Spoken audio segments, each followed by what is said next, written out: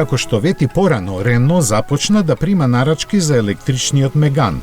Прилично агресивниот настап во промовирањето на нивната нова гама електрични возила се должи на ситуацијата во која се најде францускиот производител, кој ланската година ја заврши со историски рекордни 8 милиарди евра загуба. Затоа и нема да се чека уште 2-3 години конвенционалниот Меган да го заврши својот животен циклус, туку двата модела ќе се нудат паралелно. А тие освен името немаат ништо заедничко. Новиот автомобил со својот кросоверски стил ќе значи и почеток на новата ера за Рено. Колку ќе чини допрва ќе дознаеме, засега се потребни само 100 евра за резервација.